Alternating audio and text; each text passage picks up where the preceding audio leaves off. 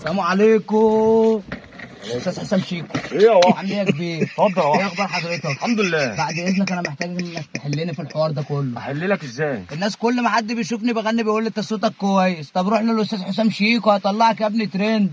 ما فيش لحد ما وصلت لك انا تعبت بصراحه. طب وانت زعلان ليه يا صاحبي؟ انا تعبت.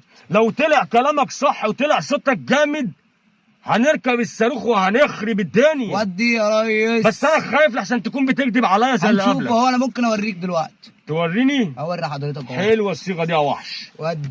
انا هديك الفرصه وعايزين نسمع بتقول ايه يا فنو. سمعني كده يا فنو، بتقول ايه يا فنو؟